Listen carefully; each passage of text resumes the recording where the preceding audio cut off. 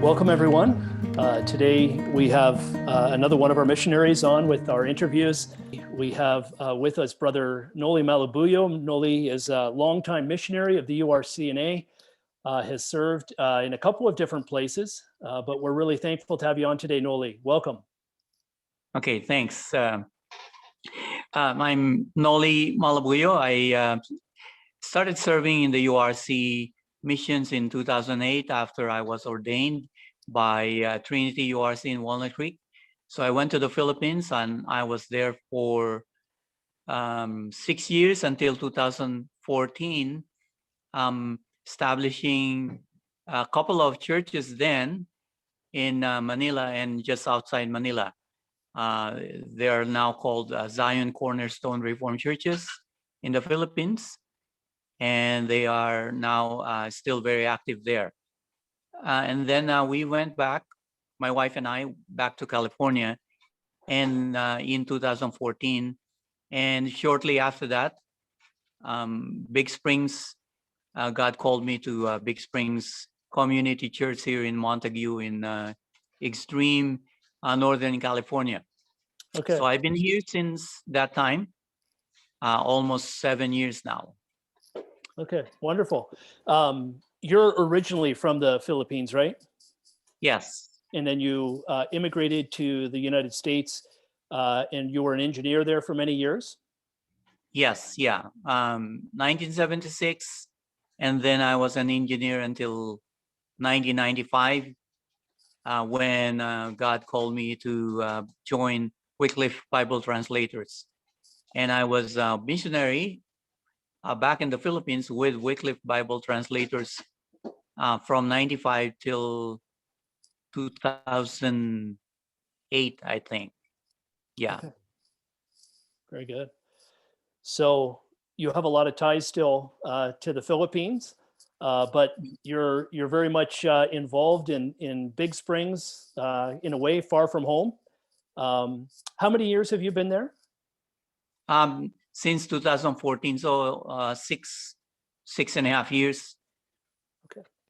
Now tell us a little bit about the history of the church there in Big Springs. Okay, the church was started by a couple of brothers who migrated from LA. They started looking for a Reformed church in this area, and there was none. So finally, they were going to a CRC church in Redding, about an hour and a half from here. So finally, the pastor there in Redding decided to start a Bible study once a week here in Big Springs, traveling 1.5 hours up from Redding and down from Redding once a week. And so after a while, I don't remember, maybe a few months, they started meeting here in a small building. And then, can't remember, I don't remember when that was, probably early 1990s. And then it became a CRC church. They built this building, which is now still here. Beautiful building with a capacity of about 180 people in this building. So that's how it started. And then I was a CRC mission church until 2013, when the CRC pastor retired, and then early to 2014 until I came in September of 2014. They just had pulpit supply. Okay. So the congregation there, I've had the privilege of visiting there. Beautiful area, but it's not a huge population there, right? It's quite sparsely populated. Yes, Siskiyou County is a large area. It's one of the biggest counties in California in terms of areas, but the population right now is about 44,000 people. in the whole county. Big Springs, Montague it's part of Montague, the city of Montague. I think it has maybe 2,000 to 3,000 people.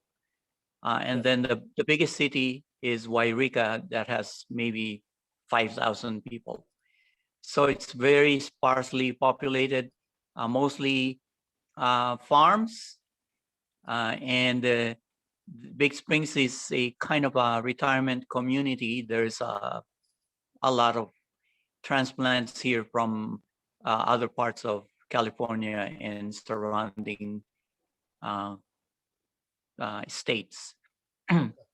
What would be some of the challenges that you have in your work? Yeah. Since it's very sparsely populated, the attendance is kind of low, and because of the population demographics, most of our people here are elderly folks in their retirement years, late 60s to 80s, and then mid 80s to high 80s. So that's a big challenge. There's not a lot of younger people interested in going to church. We are right across from Big Springs Elementary School, and there hasn't been any visitors from the school. They used to have Big Springs used to have a kind of a ministry to the children here years ago, maybe more than 10 years ago. But that stopped because I think the school changed its schedule, and so the kids couldn't come anymore. So that's a big challenge. The younger generation in this area are not interested much in going to church. Some people go to the younger people are attracted mainly to churches that have more modern worship, with a lot of what they call the contemporary songs, and what they call the relevant preaching, not much into expository biblical preaching though. So that's a big challenge. How has COVID affected your work with the folks most of the folks being elderly there? Have you had a lot of shutdowns? How have things gone in that respect? Yeah, we started lockdowns March of last year, and then they started opening up again about May. So we restarted indoor worship again about May of last year, until they shut down again November and December. And then we restarted our indoor worship about mid-January. It was, I think the mandate from the county was to worship outdoors beginning November, but that's impossible for us because it's winter. Yep. Yeah, cold and sometimes snowy, most of the time windy. So cold, windy days, we can't worship outdoors. But then a few other bigger churches started worshiping indoors also. So we restarted again. Since we don't have, we're only restricted to 25% of our capacity, and our attendance has gone down from about 25 to 35 before COVID, and now it has gone down to about 20 to 25 after COVID. So that's a big challenge. There are only a few of our people in their elderly years who haven't attended since March of last year. but most of the others have started attending, and continue to faithfully attend the church services and Bible studies and other activities used by the ladies Okay. during the weekdays. You've had a lot of, I'm sure you've had, the learning curve has been big with all of the technological things that you needed to do, Zoom meetings, and I'm sure you're doing all that online now. How has that gone for you? Yes, yeah, that was a big learning curve. I never thought I would do this then all by myself, because there are no younger people in the church, so there's no one to teach me or to do these things. Just going to YouTube was a kind of a challenge for many of our people. Yeah. They have their smart TVs, but I don't know if they even know how to use them, to watch the worship services on YouTube. But I think most of them now have learned. So for me, I've gone from a webcam to a smartphone, kind of a downgrade. It seems like, but it's actually an upgrade, because I got a very nice smartphone now, and I use that without using a laptop, so it's very simple. Okay, very good. Yeah. Nollie, has there been any particular blessings that have come out of this time? It's been a long year for all of us. Have there been any positives that you have seen in your ministry over the last year? I think what I can see is from the faithfulness of our members, especially the older folks who are very vulnerable to COVID, and they kept attending. Not that they disregard their lives or others' lives, but I think they're very faithful, and they're not, they're concerned, and we are taking precautions with social distancing, and cleaning our hands and making sure that we don't have much contact with others in the church. But I can see that they are very faithful. Uh, they are not scared of of getting the virus, so that I think the worship services and the Bible studies that we have, they place so much importance on that. And the positive for me is that I am encouraged by their faithfulness, Yeah, to well, attending the preaching of the word. that's a blessing. And for them to be able to stay strong through this and encouraged to, even if it's a small group, just to have those brothers and sisters, what a blessing. Yeah.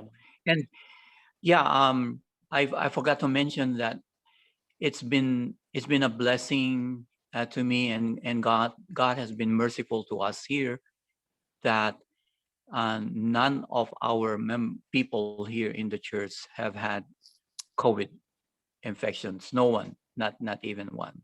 That's amazing. So that's a huge encouragement to all of us. That's wonderful. Are there any ways, Nollie, as we conclude, are there any ways that we can be praying for you specifically? Yeah, praying. Yeah, we always pray for health and safety for everyone, but we also pray that there will be newer, younger people to come. They have been visitors, but they don't stick. We have had some visitors, a few of them that have stayed and become members, but most of the time they don't. That's one prayer item. The other prayer item is for a new, a younger man to to be willing to become an elder, to come with us and to become an elder. So right now we don't have any elders or deacons. We just have a board. So that's a big, prayer item for our church since I came here. So we have, we have at least even just one elder from the men that we have here, or from some men who would come and become a member. Well, we'll be praying for that, Nollie, certainly. And I know for those who are watching in the URC, that will be their prayer as well. And I know oftentimes Big Springs is not a well-known place by any stretch, but we know that that God's people are there, and we encourage you in your work, and we pray that the Lord would really bless you and provide leadership for you in the coming months. Thanks so much for being on with me today, Nollie. Okay, thank you. Yeah, have a wonderful day. Bye-bye. Okay, God bless. Yeah, you too. Bye-bye.